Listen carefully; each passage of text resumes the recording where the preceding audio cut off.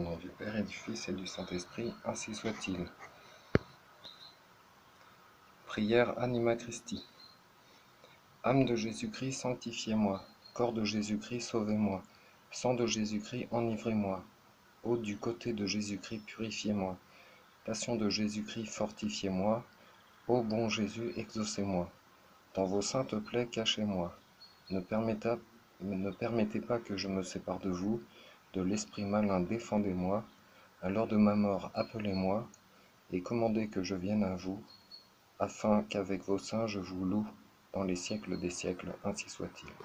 Au nom du Père et du Fils et du Saint-Esprit, ainsi soit-il. Alors nous allons continuer les explications sur la méthode des exercices de Saint Ignace. Donc, exercice du discernement des esprits. Livre bleu, page 407.313. Donc la règle propre à faire discerner et sentir en quelque manière les divers mouvements excités dans l'âme, soit par le bon esprit,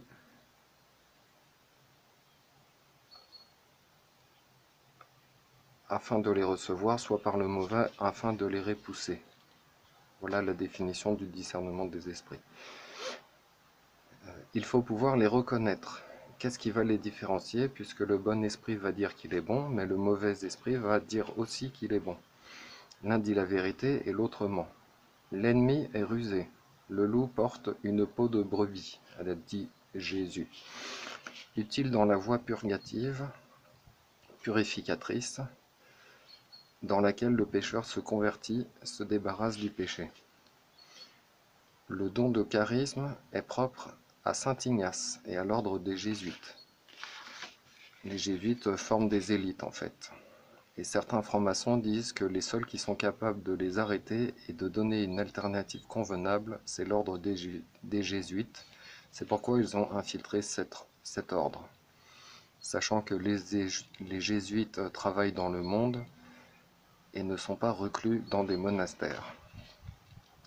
Alors, première règle, ceux qui ne veulent pas sortir du péché mortel, le diable va leur proposer des plaisirs apparents. Donc les plaisirs, c'est dans le cœur, la volonté. Des plaisirs apparents dans le péché, le bien-être dans le péché. Cela occupe leur imagination. Donc là, c'est dans le cerveau, l'intelligence. Cela occupe leur imagination de jouissance et de désir, de volupté sensuelle, afin de les retenir dans la voie de l'enfer et même les enfoncer encore plus. Le démon attaque le surnaturel, c'est-à-dire la voie de la rédemption, l'Église, mais aussi le naturel, car s'il arrive à corrompre la nature, il rend inopérant la grâce surnaturelle qui ne détruit pas la nature mais l'élève. On a une responsabilité, pas seulement notre propre mérite, mais on doit s'occuper de la communauté, montrer le bon exemple, car un saint ou un pécheur ne va pas seul dans l'éternité, il entraîne les autres. Avec une bonne volonté, il est possible de s'en sortir, avec la grâce,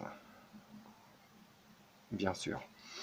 L'ange gardien, le saint patron, la Vierge et l'Esprit Saint vont agir de manière opposée et vont mordre la conscience, c'est-à-dire l'intelligence.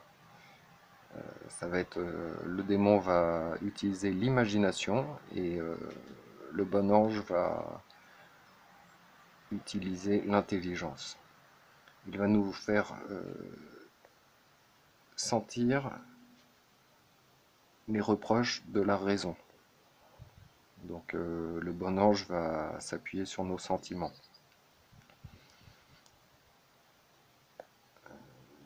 Il faut savoir que la conscience ne peut être étouffée totalement. Elle parle, elle dit, il faut faire le bien et éviter le mal. Donc il faut savoir qu'un ange est capable de mouvoir la matière. Donc il peut faire bouger nos organes, il peut par exemple avec la bile, nous rendre en colère. Bon, il peut agir sur notre bien-être et notre mal-être. Mais les anges ne peuvent pas toucher l'esprit directement. Il peut par contre manipuler notre imagination, si c'est un mauvais ange, ou nous envoyer des bonnes inspirations, des sentiments nobles de l'autre côté et raisonnables, de la part du bon ange. On disait au Moyen-Âge que sur le point d'une aiguille, un seul ange peut se tenir. Donc si on consacre notre imagination à notre ange gardien, aucun autre ne pourra s'en occuper. Quand on dit que l'angoisse vient du diable, c'est valable pour quelqu'un en état de grâce, mais c'est l'inverse pour celui en état de péché mortel. Alors deuxième règle, pour les personnes qui ont décidé de sortir du péché, de se purifier, et qui travaillent courageusement, le bon et le mauvais esprit opèrent dans le sens inverse. Si on est tourmenté, ce sont des faux tourments de conscience. Si on est rendu triste de prier, ça vient du démon. Il fera tout son possible pour nous décourager. On va rencontrer des obstacles élevés contre nous, par exemple la voiture qui tombe en panne au moment d'aller à la chapelle. On va être troublé par des raisonnements faux, dans le but d'arrêter nos progrès, ou bien pour qu'un avantage s'arrête ou retombe. Donc, le propre du bon esprit est de nous donner du courage dans le chemin de la vertu, des forces, et nous faire répandre des larmes de béatitude. Il va chercher à nous consoler. Donc bienheureux ceux qui pleurent, par exemple comme Sainte Marie-Madeleine. Le bon ange va nous envoyer des bonnes inspirations, de nous établir dans le calme. Pax Christi, la paix du Christ. On sait au plus profond de notre conscience que c'est bien ce qu'on a fait. On peut se dire, je suis en ordre avec le bon Dieu, le grand chef. Rien ne peut m'arriver, si je meurs, je vais au ciel.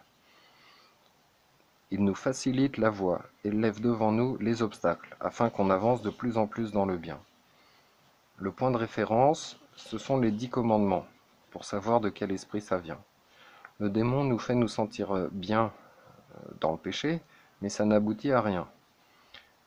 La consolation spirituelle, c'est un mouvement intérieur de l'âme. On peut sentir quelque chose, mais c'est pas obligatoire. Dans le corps ou dans le cœur, mais ce n'est qu'un écho, ce n'est pas la grâce spirituelle elle-même. Donc par exemple les charismatiques qui disent que ils ont ressenti des choses et que c'est le Saint-Esprit qui s'exprime en eux, donc c'est faux. Ils courent après l'effet mais pas après la cause. Voilà. Donc la consolation spirituelle unit les deux esprits. Elle unit deux espèces compatibles, deux natures compatibles, c'est-à-dire deux matières spirituelles. Enfin qui ne sont pas de la matière, mais vous avez compris. L'Esprit de Dieu est notre âme spirituelle. Ce mouvement intérieur excité dans l'âme, par lequel cette âme commence à s'enflammer d'amour pour son Créateur et Seigneur. Le démon peut imiter beaucoup de choses, mais il ne peut pas augmenter l'amour de Dieu et l'humilité en nous. Par exemple, le démon peut nous faire prier plus à l'excès et nous faire démissionner de nos devoirs d'État. Il peut nous faire croire à de fausses apparitions. Tout ça pour nous faire tomber dans l'hérésie.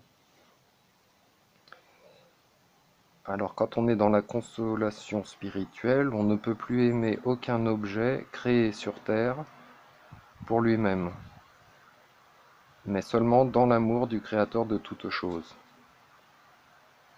Donc l'utilisation des créatures autant que, pour autant que, tant que ça sert le but. La consolation fait répandre des larmes. de béatitude qui porte à l'amour de son Seigneur. L'âme est touchée du regret de ses péchés ou de la passion de Jésus-Christ notre Seigneur, ou de toute autre considération qui se rapporte à son service ou à sa louange. Enfin, toute augmentation d'espérance, de foi et de charité est une consolation spirituelle. Donc ces trois vertus théologales, c'est la locomotive de notre vie spirituelle. Alors la foi et l'espérance sont indispensables, mais c'est la charité qui unit notre âme à Dieu. C'est l'amour de Dieu qui nous unit à lui. Au ciel, cet amour est galvanisé. Donc c'est un amour surnaturel qui augmente sans cesse et tout le reste disparaît. C'est saint Paul qui a dit ça. La foi est très importante, mais ce n'est qu'un début, car son but est l'amour de Dieu. Elle doit aboutir comme le Père et le Fils soufflent le Saint-Esprit. Sinon, c'est la foi du démon. S'il n'y a pas le Saint-Esprit en Dieu, ce n'est pas Dieu. Le Fils, essentiellement, dans son essence, va toujours souffler le Saint-Esprit. La vérité va toujours engendrer l'amour. C'est une loi de Dieu. La vérité qui ne porte pas à l'amour arrête d'être la vérité, a dit saint Augustin. Donc l'amour est la reine, le but, et tout le reste est la cour. Toute joie intérieure qui appelle et attire l'âme aux choses célestes et aux soins de son salut est une sainte inspiration, la tranquillisant et la pacifiant dans son Créateur et Seigneur. Quatrième règle, la désolation est une attaque du démon. C'est le contraire de la règle précédente. Ce sont des ténèbres et des troubles de l'âme. Par exemple, on va se dire « je ne vois plus rien, il me semble avoir perdu la foi, j'ai l'impression qu'il n'y a pas de Dieu, que Dieu m'a délaissé, etc. » Dans ce cas-là, en désolation, on a une inclinaison aux choses basses et terrestres, comme la nourriture, la boisson, la drogue, le sexe. On va beaucoup douter, on va avoir diverses agitations et tentations qui portent à la défiance de la vraie religion, laissant l'âme sans espérance et sans amour. Ce qui n'est qu'une impression.